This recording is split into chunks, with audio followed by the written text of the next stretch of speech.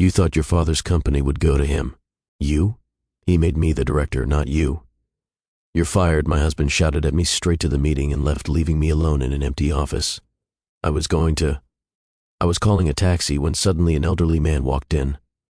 A man in a cleaner's uniform said quietly, Liza Kameneva, I worked with your father since the founding of this company. He passed on. I got an envelope for you and told you to give it to me if the worst will happen.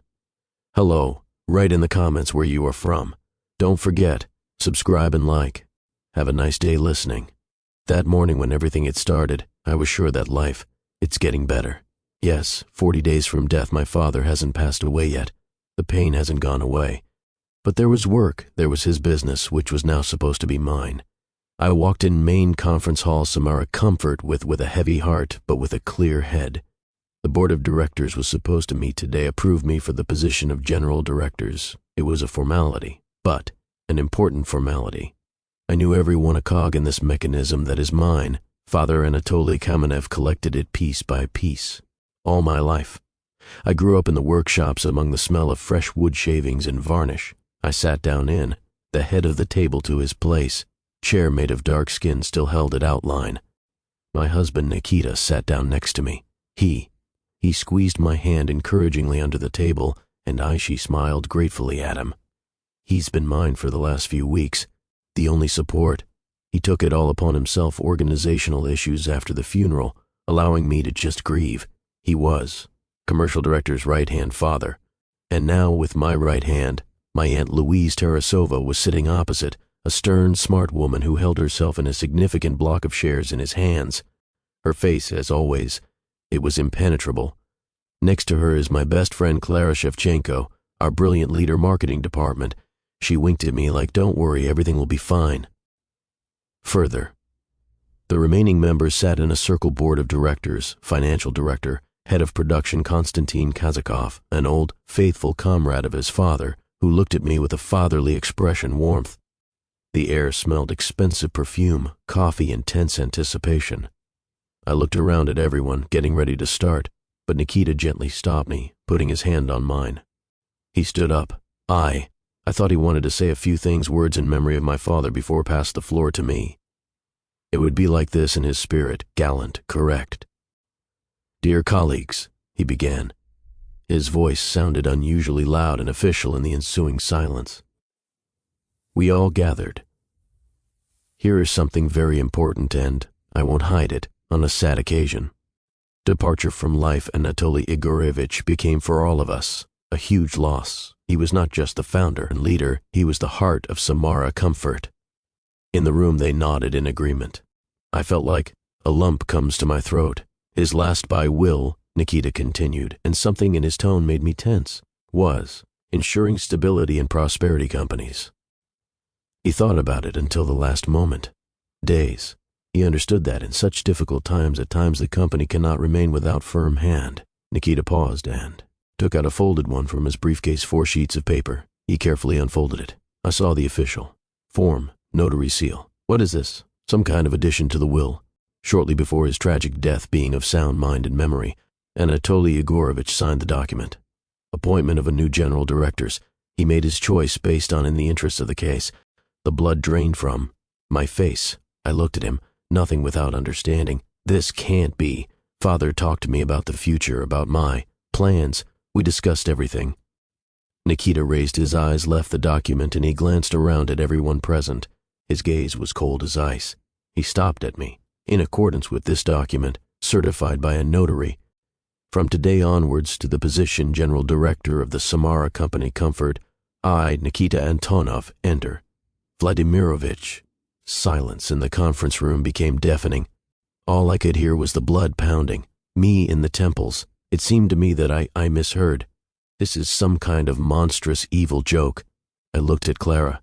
Her face, it was white as a sheet, eyes wide revealed. Konstantin Kazakov frowned, his fists clenched on the table. Aunt Louise, her face didn't change, just a little narrowed her eyes.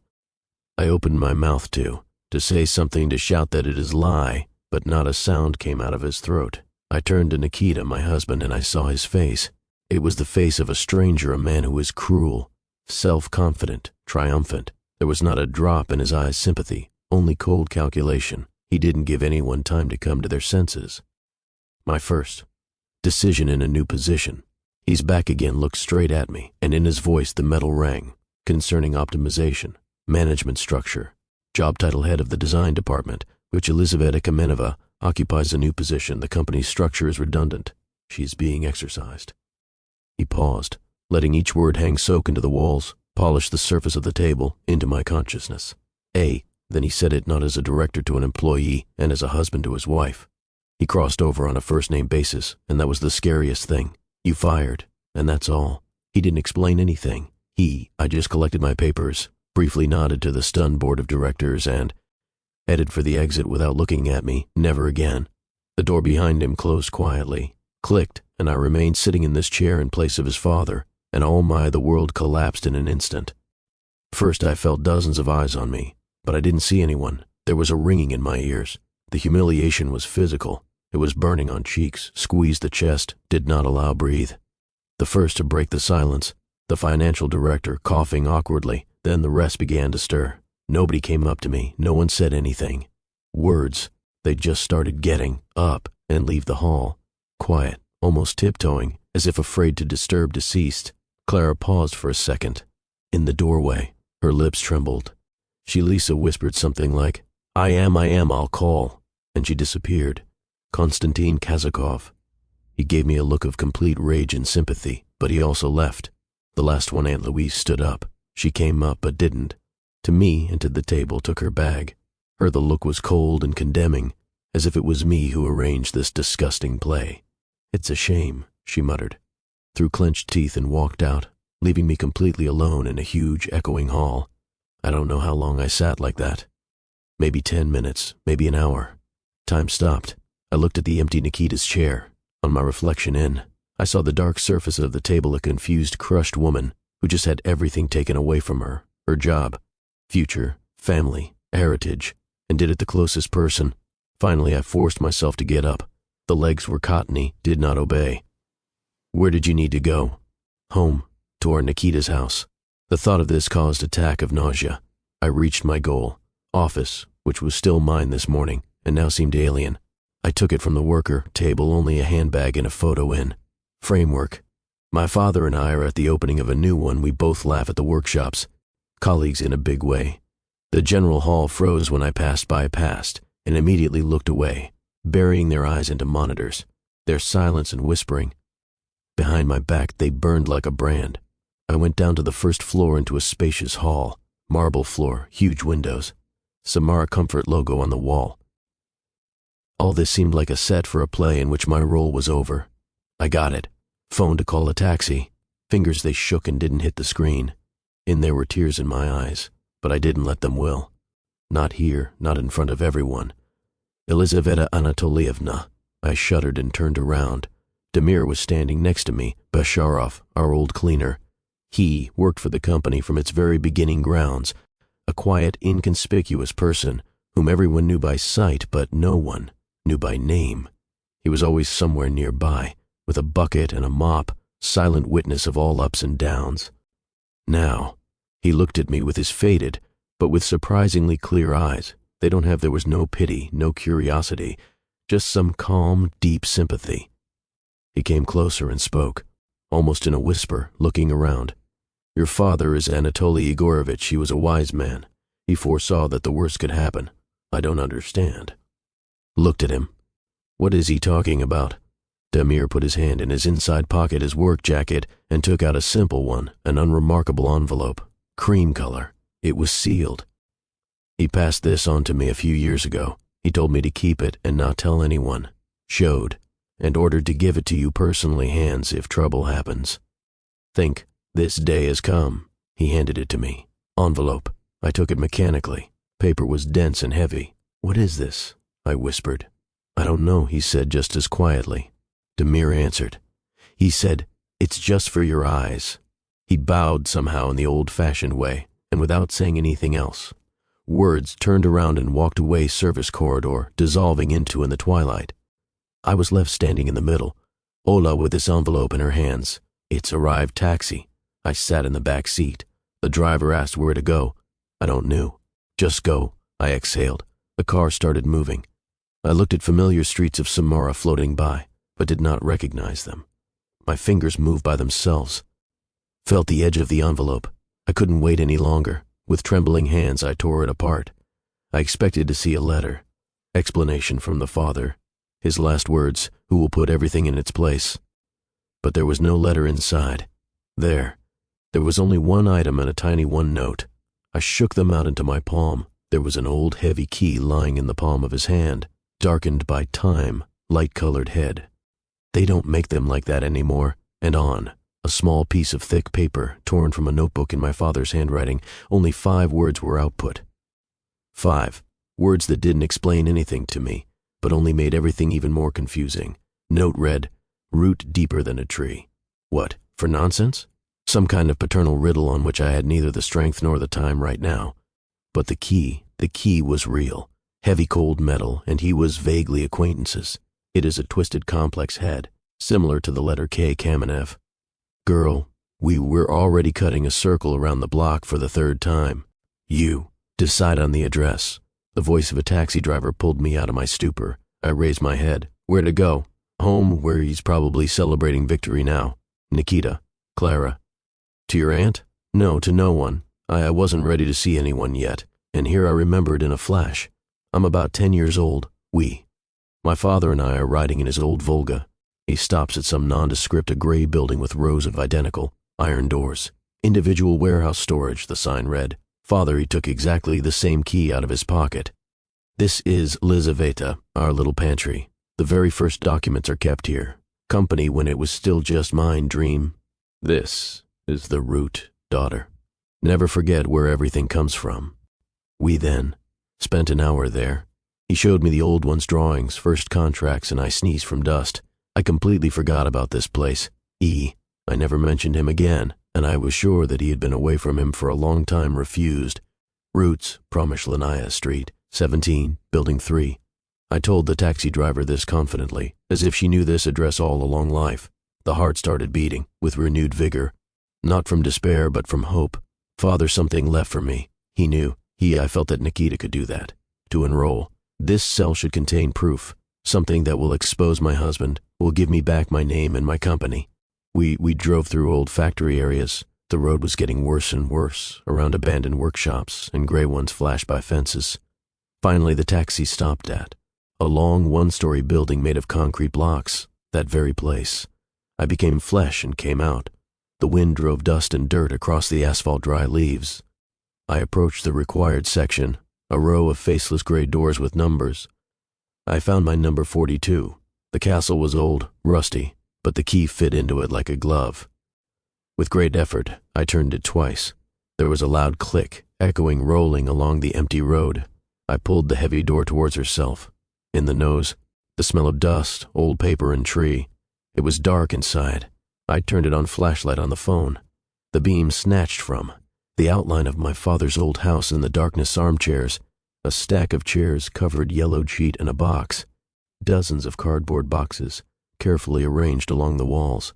They were wearing marking, accounting 2015, contracts. 2017, Commercial Department, 2018 to 2020, Commercial Department. Nikita's department. I rushed to these boxes. My hands were shaking, so much so that I could barely open the first one. Inside were thick accounting documents, books of the Storm Book in dark bindings. I pulled one out and put it on the covered dust on the chair and began feverishly. Scroll through. I'm not an accountant, but I've been around my whole life, worked in this company. I knew ours, suppliers, our contractors, and that, what I saw made my hair stand on end stir. Dozens of payments to some companies one dares. Horns and hooves registered somewhere in Uryupinsk. Huge sums for marketing, research, consulting services. Opposite each such operation stood signature of the head of the commercial department, Nikita's signature. Here it is. He has been for years, withdrew money from the company. Millions. This is enough not only to make him fire, this is enough to plant him for a long time. I scrolled through the page. There was all the evidence. More. Invoices from non-existent companies, certificates of work performed for services that no one will ever provided. All documents were genuine, with seals, with his sweeping signature. Father apparently began to suspect something and began to secretly collect these documents here, away from the office shredders and curious eyes. He was preparing to strike, but didn't I made it in time. I felt such a surge fury and strength that I had never felt before. Never. Humiliation gave way to thirst justice. I grabbed one of the thickest folders where the most outrageous cases were collected and ran out of the cell without even closing it. I called a taxi again. Now I knew where to go, home, to our apartment. I hugged the folder to myself on the way. Shield. This was my weapon. I scrolled through. There's a conversation in my head. How do I enter? I'll throw these papers in his face. How is he? Excuses will fly. Like the self-confident mask will slip off, revealing a lying, thieving essence. I will make. The board of directors should gather tomorrow and resign from the position. I won't report it to the police immediately. First he will give me back my company. I flew into apartment without taking off my shoes. He was at home, sat in the living room in his favorite chair and drank whiskey. He wasn't even surprised to see me. He just raised his eyebrows at me. A calm, studying look. She's back, he said so casually, as if I just went out to the store bread. I thought you would show more. Pride in you won't appear here. I came take yours back, Nikita, I hissed. I walked up to the table and threw it down with a bang. There was a folder in front of him. The papers were scattered all over the place half. What is this? He doesn't even look down. He kept looking at me, and in his eyes appeared mocking light. And you found this father's hiding place. I was about to start worry. Thought you weren't that smart. I froze. What is he carrying? What does it mean? Found something to worry about? Did you know? He took a sip of whiskey and grinned. He just grinned, wide, open, enjoying the moment. Lisa, do you really think that I'm such an idiot? That your father could do something from hide me in this company? I knew about. This warehouse has been there for 2 years already. I waited. When it is filled with the required material. What other material is needed? My voice trembled. Those that you are now brought. He lazily waved his hand in, towards the scattered papers. I do it all myself. I put it there throughout last year. Slowly, daddy folder, fake contracts, phony accounts. I made them like this on purpose, obvious, so that even you could see it figure out. It was bait for you. I looked at him, and the earth was disappearing from under my feet. I couldn't believe it what I heard. This couldn't happen. It was too monstrous. Why is this? All I could squeeze out of myself, so that you would do exactly what you did, so that you find it. She became furious and came running here waving these with papers, so that in your head a simple and clear picture emerged. Nikita, the thief, and you, the deceived victim, which will now save everyone. He stood up, came close to me. He smelled expensive alcohol and cold confidence. You see, while you were looking for mine crimes where I left them for you, I acted. This morning, an hour before, board of directors, I presented to the service security and key shareholders completely different documents. The present. He took it out of his jacket pocket phone, pressed something and turned the screen to me. I saw scans of the payment, orders, transfers of large sums from corporate accounts to offshore ones, and under each one had my electronic signature. First, I saw printouts of letters from my work mail, where I supposedly instruct the financial director to conduct these transactions. It was all fabricated, but it looked flawless. Me. Set me up, I whispered. I'm not just I set you up, Lisa. I destroyed you. I didn't just fire you. I am perfect for you, framed under the article on theft, in particular large sizes. You thought I would. Wait until you start digging? I started dig under you many months ago. Your reputation in the company, in the city, among all the people we know, there is more of her no. You are no longer Kamenev's heir. You are a thief who tried to steal own family. I recoiled from him, as if from a leper. It was in my head, complete fog. He thought of everything, every step, every possible move of mine. Trap slammed shut. But why so cruel? Why all this? Just to take over the company. Because I didn't just want to take her away. I wanted so that you lose everything. So that you... I felt the same as I did when my father ridiculed my project many years ago, in front of the entire board. He said that I have neither the intelligence nor the acumen to lead affairs, and now his company is mine, and his beloved daughter, a poor criminal. He walked back to the chair and sat down, throwing his cross your legs. He looked perfect. Calm, a winner, so you can take your papers. They won't help you. Nobody will help you will believe. I stood in the middle of the room, crushed and devastated. He was right. Nobody will believe me. He has an official document in his hands from father, support of the board of directors and evidence of my guilt. And I have a pack fix from a dusty warehouse. I turned around to leave. I needed to breathe. I just needed to get out this apartment. Oh yeah, Lisa, almost forgot. His voice stopped me at the very doors. I turned around. I didn't just pass it on documents to the security service. I initiated an official internal investigation against you. And this means that in accordance with the charter company, an employment contract for a period of time, conducting an audit of all your personal assets related to the company, frozen, your shares, your accounts in, the bank where your salary was transferred, yours credit cards. That's it. From this moment on, you don't have a penny. I stood at the door, and his words rang in the silence of the apartment. I slowly turned the handle. There is no one behind my back. There was not a sound. He didn't try me stop. He didn't need me anymore, even as an object of humiliation. I went out on landing, and heavy the metal door slammed behind me with a deafening click. Lock turned automatically. That's it, Paths. There is no turning back. This is not my home anymore. I went down the stairs without calling the elevator. I needed to move to avoid fell. When I went outside, I took a breath cold evening air. What to do? Where to go? I mechanically wandered down the street, without knowing where. The head was empty, like a scorched field. All thoughts, all plans, all the rage with which I flew here, all burned down, leaving behind only ashes and a dull aching pain. I passed by a small 24-hour store.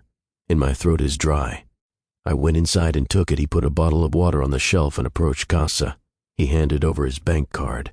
Young, the cashier, showed her around the terminal. There was a sharp, unpleasant squeak. She said, refused indifferently, looking at me. I handed over another card. Salary. Same squeak, same verdict. Girl, are you having problems? Q, you are delaying, muttered discontentedly the man behind me. I blushed too. Hair roots, put the bottle back on the counter, and without saying a word, ran out of the store. Here it is, this truth. He wasn't bluffing. I don't have a ruble in cash in my pocket on the street. Just 2 useless plastic once cards and a phone with almost dead battery. I sat down on the bench bus stop. People were passing by, hurrying about their business, laughing, talked on the phone. They lived in a normal world where husbands don't betray, where work doesn't disappear overnight, where money on the card is just money. My world was no longer normal. He narrowed down to this cold bench in awareness of complete, absolute collapse. A car drove by and someone got out of it.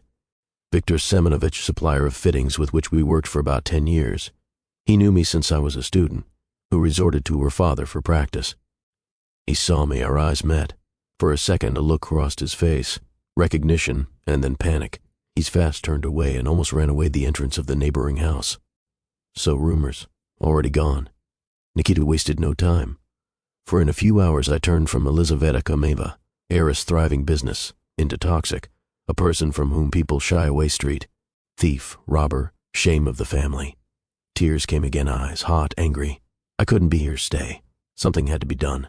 Aunt Louise, after her icy gaze at the council directors, excluded. She would rather call. The police, how will he help?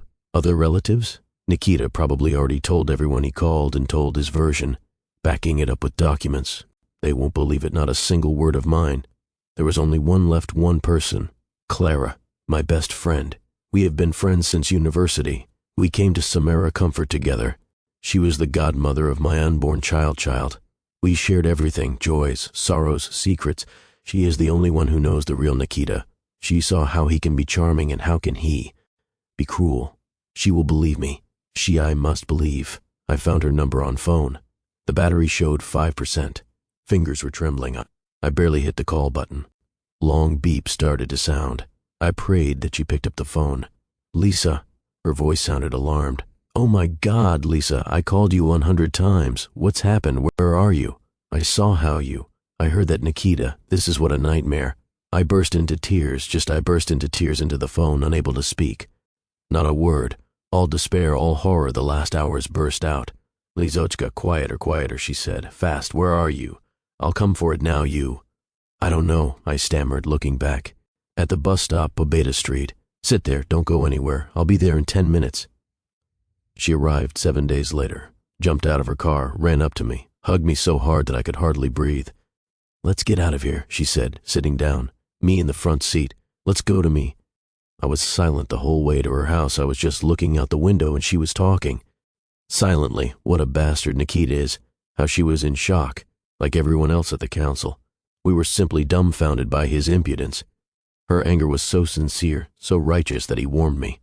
I'm not alone. I have. There is Clara at home. The first thing she did was pour I'd like some hot tea with honey. Forced to have a drink. Her apartment is always like this. Stylish and a little cold today, seemed the most comfortable and safe place on earth. Now tell me, she said, sitting down opposite me and taking me by the hands, everything from the very beginning. And I told about Damir, about the envelope, about the key, and a note about the old warehouse and boxes with false documents, about how I, inspired, rushed to Nikita, and about the way he smashed me to pieces, admitting that it was all his trap. I told about the fabricated ones, evidence against me about Frozenstadt. I told her everything, no, without concealing a single detail. She listened, not interrupting. Her face changed from bewilderment to horror, from horror to rage. When I finished, she was silent for a long time. He's not just a scumbag, he's a monster, she finally said. Planned such. It all had to be calculated, for months ahead. Lisa, this is war, and we will fight, do you hear? We are the word we sounded, like a lifeline. How? I whispered. I have nothing. No money, no reputation. He has everything. At your place I am here, Clara said firmly. Tomorrow from. In the morning, we will find you the best lawyer in city. I will pay. We will file a counterclaim lawsuit. We will talk to every member. Board of directors separately. With by Konstantin Kazakov. He's for you. Mountain with your aunt.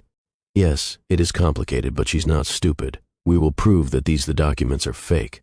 We will find a way. The main thing is that you are not alone. She stood up again, hugged me. I buried my face in her shoulder and allowed myself to relax for the first time in this endless day. I have one plan. I have an ally. Hope. A thin stream began again break through the thickness of despair. And now go to bed, she ordered. Clara, you need to rest. You're standing, on your feet. I made a bed for you, guest. She gave me a clean shirt, towel. The room was small but cozy. I lay down in bed and my body, previously tense like a string, instantly went limp. The head touched. Pillows. And I fell into a heavy, viscous, dreamless sleep. Clara quietly closed the door behind me, made sure I fell asleep. On tiptoe, she went into the kitchen and took out her phone. I found the number in my contacts. Pressed call and brought the phone to her ear, covering her mouth with your palm. Yes, came the voice on the other end. Nikita's voice. It's me, Clara whispered. She's sleeping with me. How is she? He asked, in a businesslike tone.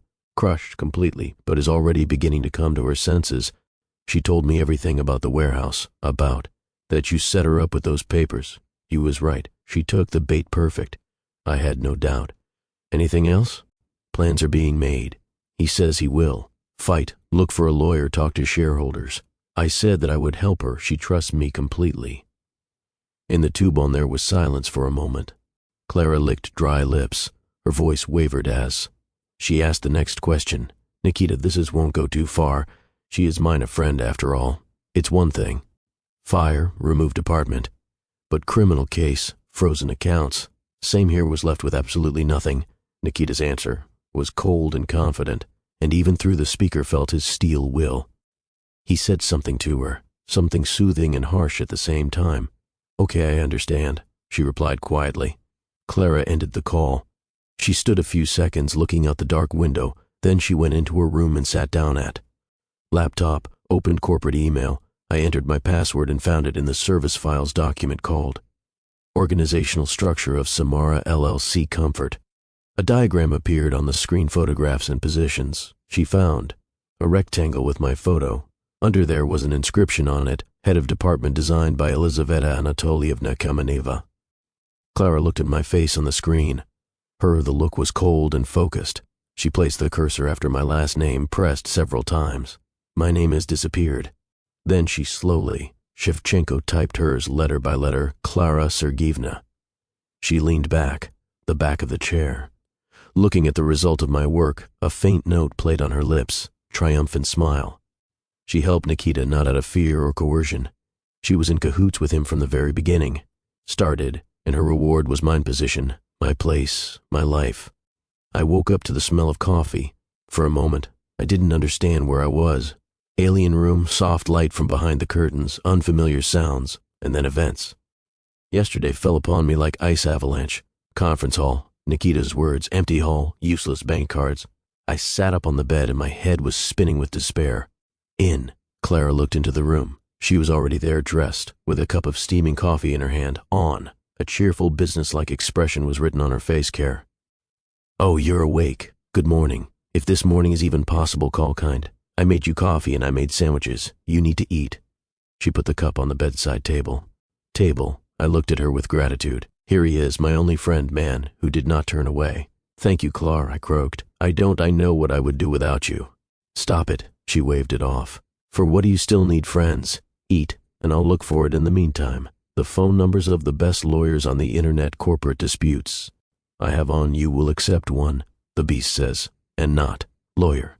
Just what we need." I sat down at my laptop, and I sipped coffee. It burned, bringing back to life. I ate one sandwich, then second. Strength was gradually returning, and along with them thoughts of what to do further, where to start. Father's note. The roots are deeper than the tree, and this old one key. All this haunted me. Warehouse with fake documents was a trap, Nikita. So my father meant something. But what? My phone, which Claire put it on charge and made a quiet sound. Signal. I took it. On the screen an unfamiliar number appeared. She hesitated, but then finally answered. Elizaveta Anatolievna's voice came through the receiver. A quiet old man's voice. "Yes, it's me. Who this?" "This is Damir Basharov, the cleaner. I saw you yesterday." I sat up straighter. "Damir, where did you get my number?" "Anatoly Igorovich once gave it, just in case he said that if anything happens I should only call you." "Elizaveta Anatolievna, I think you are not. You're looking there. In terms of—" I lowered my voice so that Clara wouldn't hear. "Roots, I always said that the company's roots are not in papers and not in accounts. They are in that place, where it all began, where he did it with his own hands. I knocked together the first chair. Do you remember this? Place? Old workshop. Of course I remembered. An abandoned building on the outskirts industrial zone, which the father I rented it back in the 90s. He has been around for a long time. Transferred all production to new ones, modern buildings, but that workshop is still stood locked. Sometimes, Father, I went there. One said he needed to get some air start. "Yes, I remember," I whispered. "Come there, I'll be there. Wait for you. Just come alone." And the receiver gave short beeps. I sat looking at the phone. Clara, carried away by the search for lawyers, nothing. I noticed. Two feelings were fighting inside me. With on the one hand, common sense. Need to stay here with a friend, look for. Lawyer, prepare for a long and dirty struggle. On the other hand, irrational belief in father, in his last will and in this. A quiet old man to whom for some reason I trusted him more than anyone else to another. "Claire, I need to go to. One thing," I said, standing up. This is a personal matter about my father."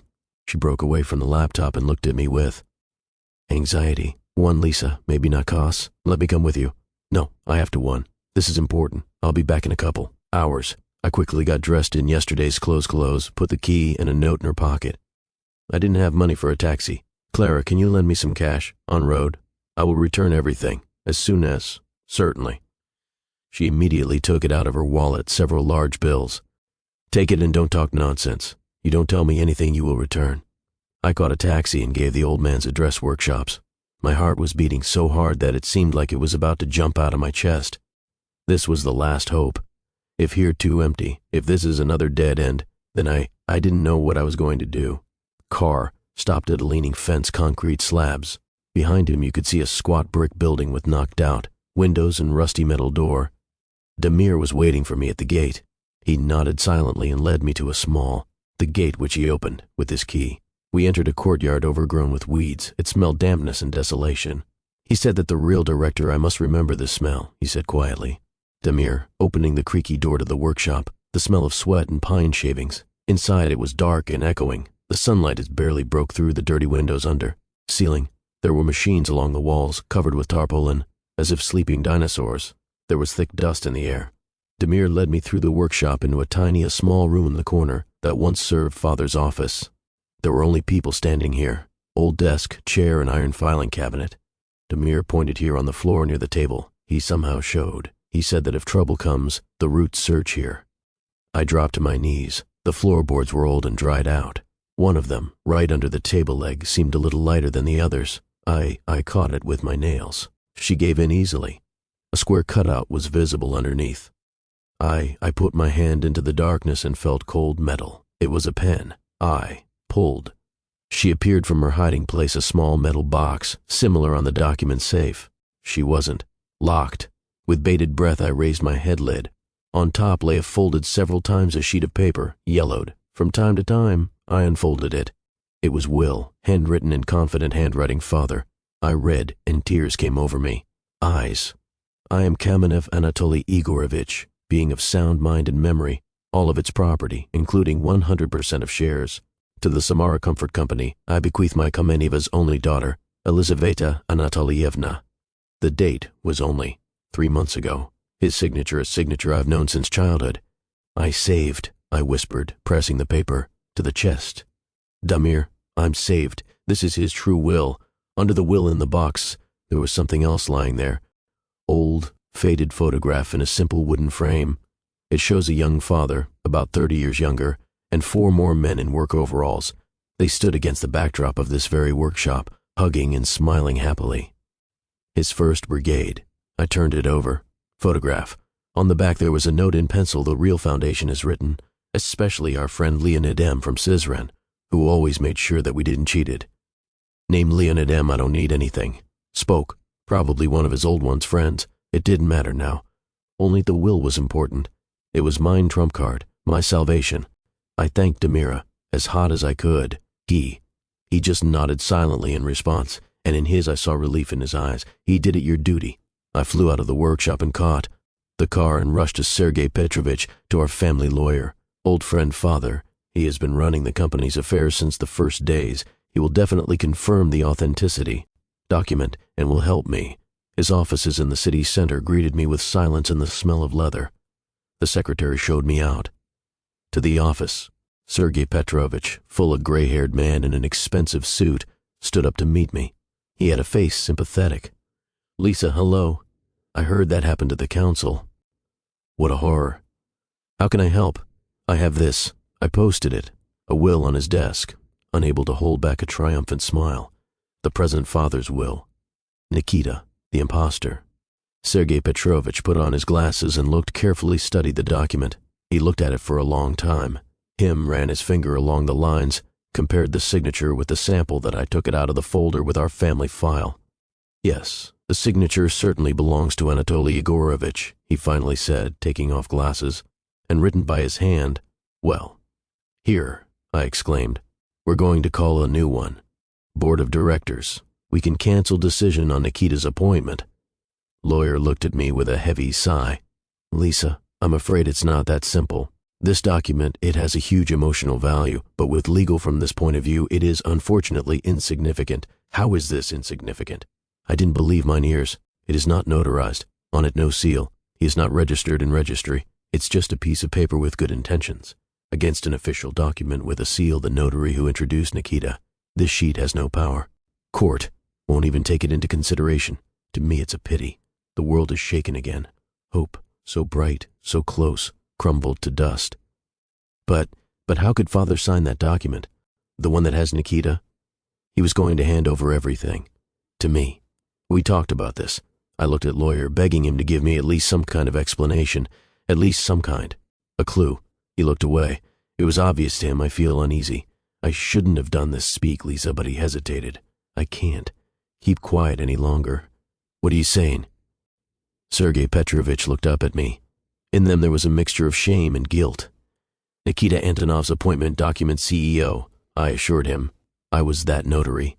I froze, not in the strength to utter a word. Your father came to my office about a month ago together with Nikita, he continued quietly, in a strangled voice. He signed the papers.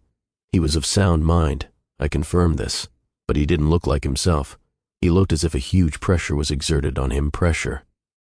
I looked at Sergei Petrovich, and his words simply do not fit into my head.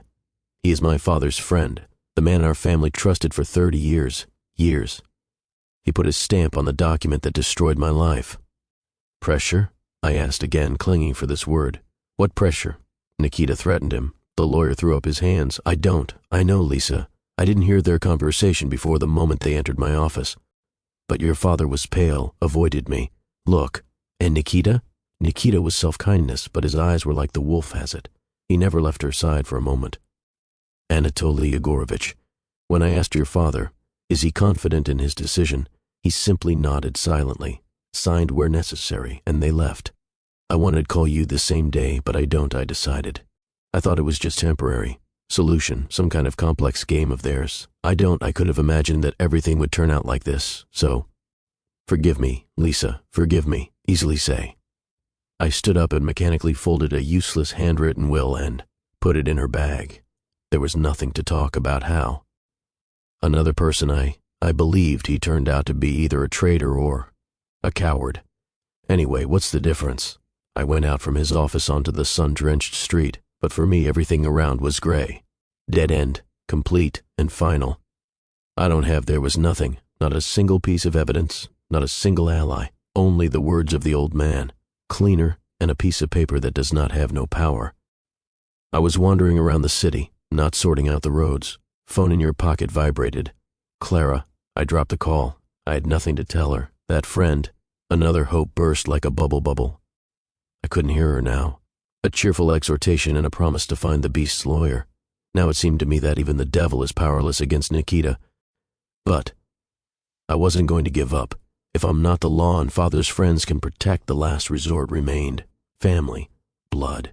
Aunt Louise. She was my mother's sister. A woman of iron will and old school. After my mother's death, she became the closest to me person, although she was always strict and demanding. She owned 15% of the shares. Samara comfort, non-controlling stake, but enough for her voice on the council directors had weight. She was the embodiment of family honor. For her, the reputation and good name of the Kamenevs will always be were above all else. She couldn't allow the company built her son-in-law was captured by some scoundrel, even if he is my husband. She simply was to listen to me. I caught a taxi, having spent the last of the cash borrowed at Clara's. Aunt's house was in the center, in a solid Stalinist building with high ceilings and quiet green yard. I went up to her floor and pressed on the bell button. The door opened the housekeeper, and seeing me, for some reason I was embarrassed. Elizaveta Anatolyevna, and you? They don't wait. I know Louise Igorevna is at home. I need to see her urgently. At home. A dry sound came from the depths of the apartment, Aunt's commanding voice. Let him come in. Galina. I walked into the living room. Everything as here it was as always. Massive antique furniture, heavy velvet curtains. There are portraits of ancestors on the walls. There was air infused with lavender and wax scent polishing. Aunt was sitting in her favorite, Voltaire's chair, straight as a string in a strict house dress. She didn't stand up, she just pointed with her chin, on the chair opposite. I'm listening, she said. And there was not a drop in her voice heat. I sat on the edge of the chair. I rehearsed this speech the whole way to taxi, but now all the words have flown out heads. I started in a confused, chaotic manner, jumping from one to another. First told her everything. About the betrayal Nikita, about the theft setup, about frozen shields, about the discovery in the old workshop. I took it out of Bag's handwritten will and handed it over to her. This is Aunt Louise, this is real will. Father, he wanted to leave everything to me. Nikita, he was deceived or forced. She took the paper with disgust, with 2 fingers, as if. Afraid of getting dirty, I ran my eyes over lines and put it on the table next to by yourself. Her face remained stony. Aunt, what do you want from me? She asked cold. What do you mean? I was stunned by her reaction. You are a shareholder. Do you have voice? You must demand to convene an extraordinary meeting. We must challenge Nikita's appointment. We must. We are nothing. We shouldn't. She cut me off. What do I see? I see my niece, daughter, respected person, is satisfied.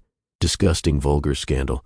You run around the city, waving with some papers. You accuse her own husband, the new director in mortal sins. You are a disgrace to the name Stone. I couldn't believe my ears, but this is true. He is a thief. He captured company. I saw the document that. Nikita introduced himself, he snapped. with a seal signed by your father. And I saw the documents he handed over. Security service about your, so to speak, financial operations. And you know what? Documents Nikita looks much more convincing than your hysterical screams.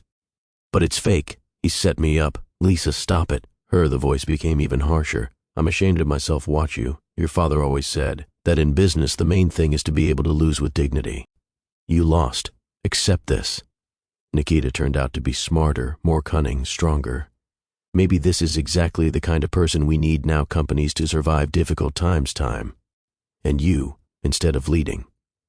She stooped to the level of a market grocer squabbles. I looked at her, and in me a wave of not just despair was rising, but real hatred. She didn't believe me. She, my aunt, my blood, chose Nikita. I can't do this, believe, I whispered. You on his side. I am on the company's side and on the side of common sense. And I advise you to do the same. Go away, Shadow. Stop throwing mud a person who, be that as it may, bears your last name. Don't dishonor the memory, Father. Accept the situation with dignity. She stood up, making it clear that the conversation was over, finished. I stood up too, legs not held. This was the last blow, the most scary betrayal of the family. I understood, I said in a dull voice. I'm all understood. I turned around and walked towards the exit without looking at her. I didn't cry. Tears, there were no more. There was only one inside scorched desert. I walked out of her building and stopped, squinting from the bright sun. And at that moment a car drove up to the house. A familiar black car, Nikita's car. He got out from behind the wheel. He had in his hands a huge bouquet of white roses, my favorite flowers, Aunt Louise. He saw me and smiled, triumphantly without a shadow of embarrassment. He came up to me. Have you been to see our dear aunt? He asked. He said quietly, mockingly. She complained, and how did it help? I was silent, looking at him, with empty eyes. You're trying in vain, Lisa. I worked here long before you. Louisa Gorevna, a woman of the old school. She values stability and reputation, and you. Now the main source of instability and threat to reputation, and I am the guarantor order, so the choice is obvious for her. He walked past me, heading towards entrance. He turned around right at the door. You know, she even feels sorry for you. He sincerely thinks that your breakdown is from grief. I frowned, not understanding what it was about. Yes, she is very worried about your mental health. He lowered voice to a conspiratorial whisper. Especially after I showed her doctor's conclusion. What other doctors? I whispered. Nikita grinned. But let's just say I have friends in one very good private clinic. They were able to compile your psychological portrait, nervous exhaustion, tendency to paranoia, affective disorder against the background of recent stress. Everything is very respectably on letterheads with seals. I said, Auntie, that your dismissal is not punishment but an act of mercy, to save you from yourself, to give you a chance to come to your senses and get some treatment. She was very touched by mine. Care. He winked at me and pressed the intercom button and disappeared into the entrance, leaving me standing on the sidewalk, crushed by the last, most monstrous revelation. He didn't just set it up against me family, he put me out crazy. And they believed, not just a thief, but a crazy woman who, out of mercy, removed from office. It was a brilliant move. He didn't leave me a single chance. Every attempt I make to fight, every cry I make assistance will now be perceived as symptom of disease. He locked me in a cage from someone else's opinion. I turned around and walked away, where I didn't know to return to Clara. What will I tell her? What is my last hope, my powerful aunt believes? Me a psychopath? I couldn't. I was ashamed. I'm ashamed of your humiliation for your powerlessness. I was wandering through the streets until my legs gave out. Lead. I sat down on the bench in some park. There were children playing around. The mothers laughed. Ordinary, peaceful life. It seemed to me that I look at her through thick, impenetrable glass. Phone in your pocket vibrated again. I thought it was Clara again and I wanted reset, but it showed up on the screen Konstantin Kazakov, chief. Production, an old comrade of the father, the man who was at that fateful council. The director looked at me with sympathy and rage. I answered, Elizabeth Anatolievna, this is Kazakov. You can speak? Yes, Konstantin Igorovich. Mine.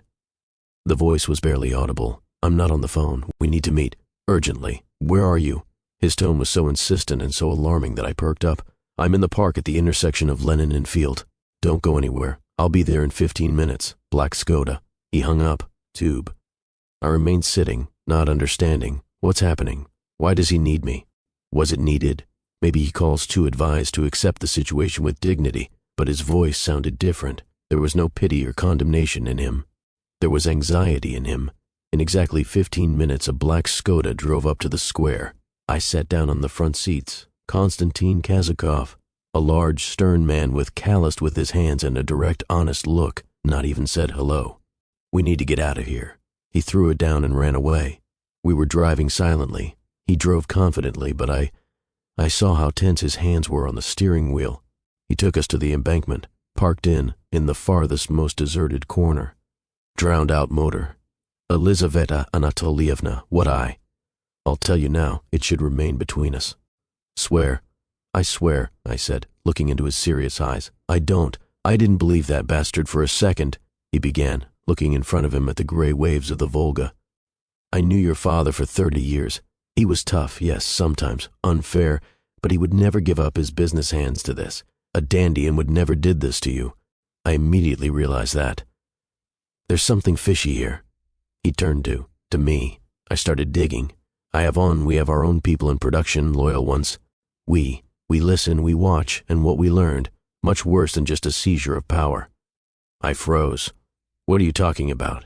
This husband of yours, Antonov, he is not going to manage company. He doesn't need her. He wants her. Destroy. How to destroy? For what money? Elizaveta Anatolievna. Huge money. He's been leading it for several weeks now. Secret negotiations with developers, with Volga Prime Properties. The title meant nothing to me. It is going to sell them the land on which our new plant is worth it, the whole territory. A's are hectares in the very center of industrial zones, golden land. They want to build. There is a huge shopping center there. I listened to him, and I felt cold inside, but this is the same. We'll kill the company. Without production, Samara, comfort areas. Just a brand, dummy, all equipment, all machines. Exactly, he interrupted harshly. He will sell the equipment for scrap metal, people on the street, and the company will go bankrupt. He will hang all the debts on her, and he will leave, clean with a huge personal jackpot from land sales. The deal must take place the other day. That's why he was in a hurry to see you. Put it away so you don't disturb me. Here it is. Here's his real plan. Not just revenge, not just a thirst for power. Banal, dirty greed. He just wanted to tell me take over my father's business. He wanted to wipe him off the face of the earth and build some faceless place in its place shopping mall. But what about the advice? Directors? Shareholders? They never did. They won't agree, and he won't be theirs ask. He will push through this decision. Asset optimization will present fabricated reports of unprofitability production on the need to reduce costs. Most of them are financiers. They don't do anything in real production. Understand. He will show them some nice numbers, will promise huge dividends from restructuring.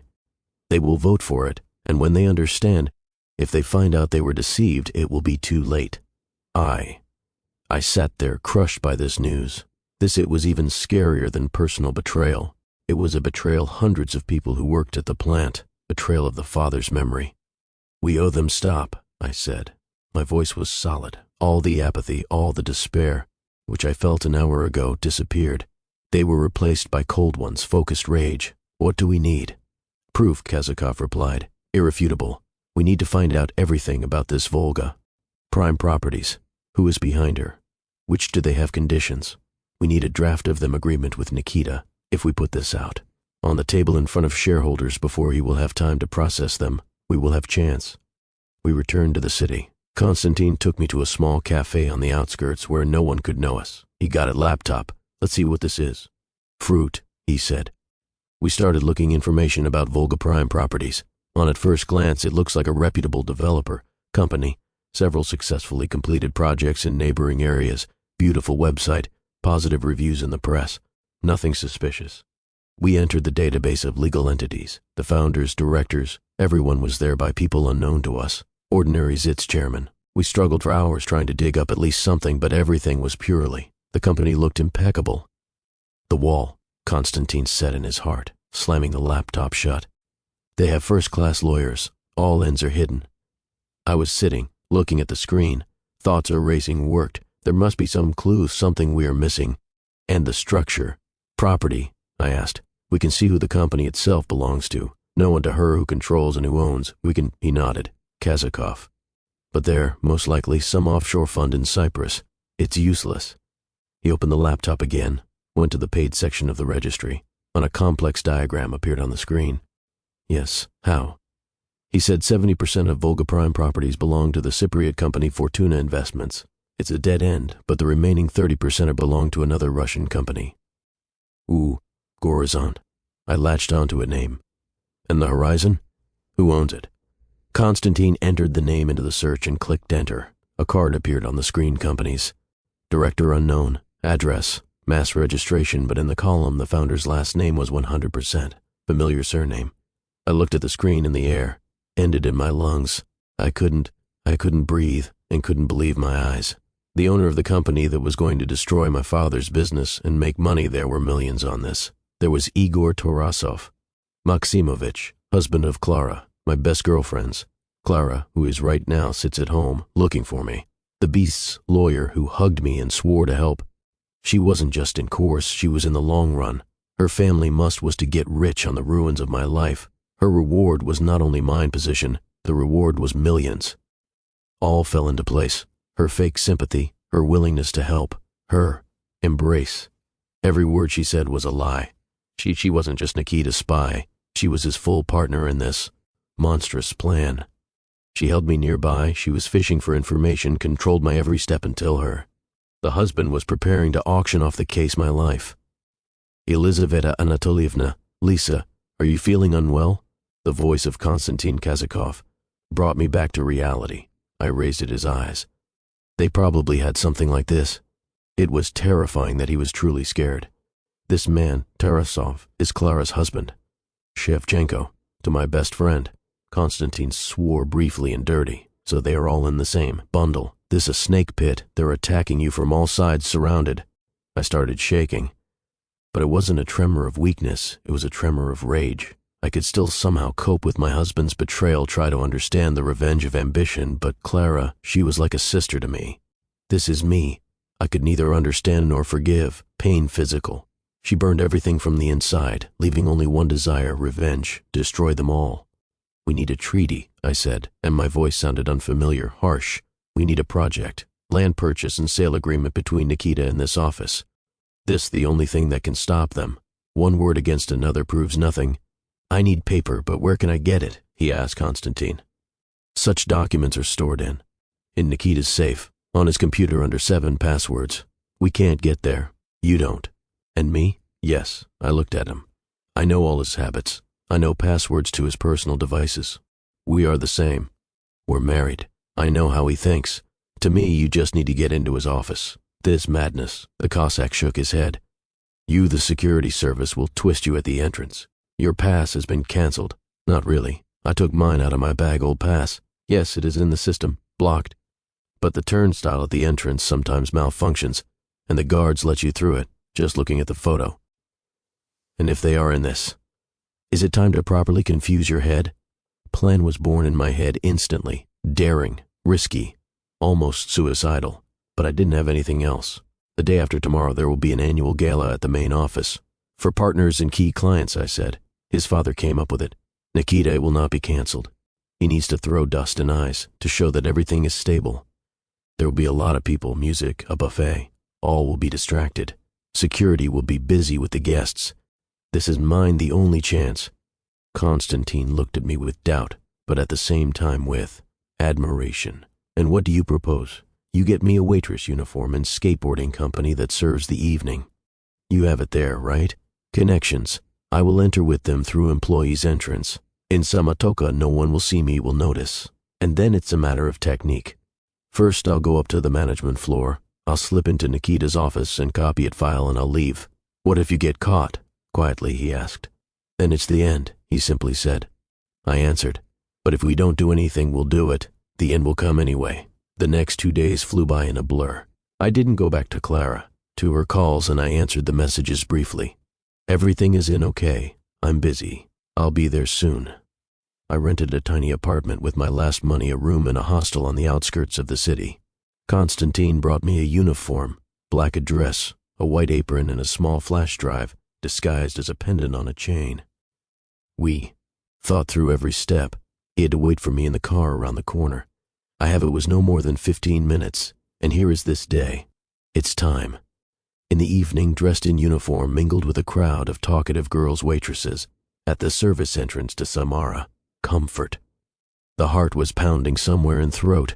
I could be recognized at any time a second, but as I expected, everyone. I had no time. Security guard at the entrance. He glanced at our group and waved hand, letting everyone pass. I found myself inside, in the painfully familiar corridors, but now in the role of a servant, invisible. I took a tray with glasses of champagne and went out into the main hall. It was flooded light, quiet music was playing, humming a crowd of smartly dressed guests. In the center, surrounded by flatterers, stood Nikita. He laughed, told something, looked master of life. Next to him, in an elegant, Clara stood in an evening dress. She too laughed at his jokes, seeing them together, so happy, so successful. I felt a sting of such sharpness hatred that darkened for a second eyes. I forced myself to pull myself together. She walked through the hall, trying to keep in shadows, and headed towards the stairs leading to the upper floors. I was lucky. Post the security guard on the management floor was empty. Apparently everyone went down too.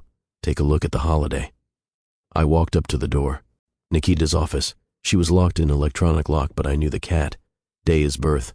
He was too narcissistic enough to come up with something more difficult. I dialed the numbers. There was a quiet sound click. The door gave way. I slipped through, inside, and closed the door behind her. In the office was quiet and dark. Only the computer screen glowed in sleep mode. I walked up to the table and sat down at it. Armchair. My hands were shaking, but I forced them listen. I moved the mouse. On a password entry window appeared on the screen. First introduced our wedding anniversary. System let me in. The irony of fate. Work at the table was littered with files. I started search for a renovation project. Invest underlining plan, underlining 2023. Prospects. Where could he have done it? Hide. I opened folder after folder. Time passed. The heart beat louder and louder. But what if he's not here? What if he has him on his personal laptop? And then I saw a folder with the inconspicuous name archive. There was only one file inside. A document. Word. Title. Agreement. Underlining runway. Volga Prime Properties. Here it is. I took it off a pendant from her neck, inserted a flash drive into the USB port. I dragged the file onto it. On the screen, a copy window appeared. Small, the green stripes slowly crawled. To the right. It seemed to me that it was lasting eternity. Every second stretched out minute. 50%, 70%, 95%. Footsteps were heard from the corridor. I froze. The footsteps were approaching. 98%, 99% copying complete. I pulled it out flash drive at the very moment when the door began to turn. I didn't even have time to get up from the chair. Door swung open. Nikita and Clara were standing on the threshold, and they smiled. "Did you find what you were looking for, dear?" he asked Nikita with a lazy mocking with a grin. Clara stood behind his shoulder, looking at me with an expression of disgust pity, like a cockroach caught in trap. I looked at them. Nothing. Understanding. How did they find out? Are you true? Did you think we wouldn't guess? Nikita continued, slowly entering cabinet. What are you going to look for? Proof? You are so predictable, Lisa. We knew you would come. We waited you. This file that you saw, I carefully copied it. We did it on purpose. Left it in a prominent place. This bait, just like those pieces of paper in the warehouse, you simply incorrigible. He approached his table and picked up the internal receiver phone. His voice when he spoke was full of theatrical shock and indignation calculated to everyone heard it. Security. Urgently in my cabinet. We have a stranger. Kameneva hacked my computer. She's trying to steal a trade secret. Through a few seconds later, they burst into the office. 2 security guards. They grabbed me by the hands, roughly lifted from the chair. I don't resist it. I was in complete shock. Take her out, Nikita ordered. And call police. It seems like we have it here. Corporate espionage. They dragged I was carried across the entire floor, past the astonished persons of employees, then down through the main hall where everything is. The music was still playing. The guests parted, seeing me off with stunned, condemning faces, glances. The music stopped. Everyone was watching on me, the daughter of the company's founder, who was dragged out in a waitress dress from the building like a criminal. There was humiliation complete, absolute. I was thrown out straight to the main entrance, and there I am, I saw something that finally killed me finished it off. There were already journalists at the entrance, with cameras, with microphones, some of them already turned on the live broadcast. Flashes the cameras blinded me. Nikita took care of everything. He's not just caught me, he made a mess of my shame public execution. At that very second, a police car pulled up. From her two came out. They didn't say a word, they just snapped the handcuffs on mine wrists and pushed into the back seat. The door slammed. I saw through glass as Nikita and Clara came out porch. He put his arm around her shoulders. They watched as they took me away, and there was a look on their faces, there was an expression of complete triumph. Cold, the metal of the handcuffs cut into my wrist. A police car drove through the night this city, and the lights of the street lamps were blurred in long stripes. I was sitting in the back seat, squeezed between